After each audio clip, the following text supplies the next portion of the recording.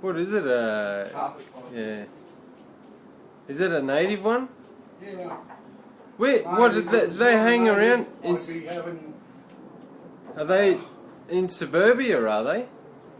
average 3-bedroom homes got 3 to 5 tree snakes living inside the walls. No shit.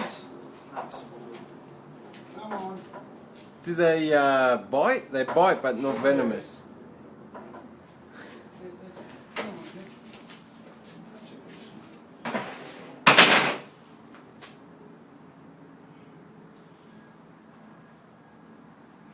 Come on.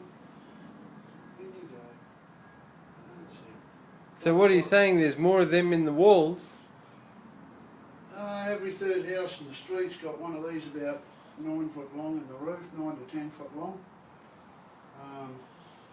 3 to 5 tree snakes inside the walls of every house. Beautiful, man. I've got it all on video. So can I expect another one up there or what? What's that? Should I expect another one coming there?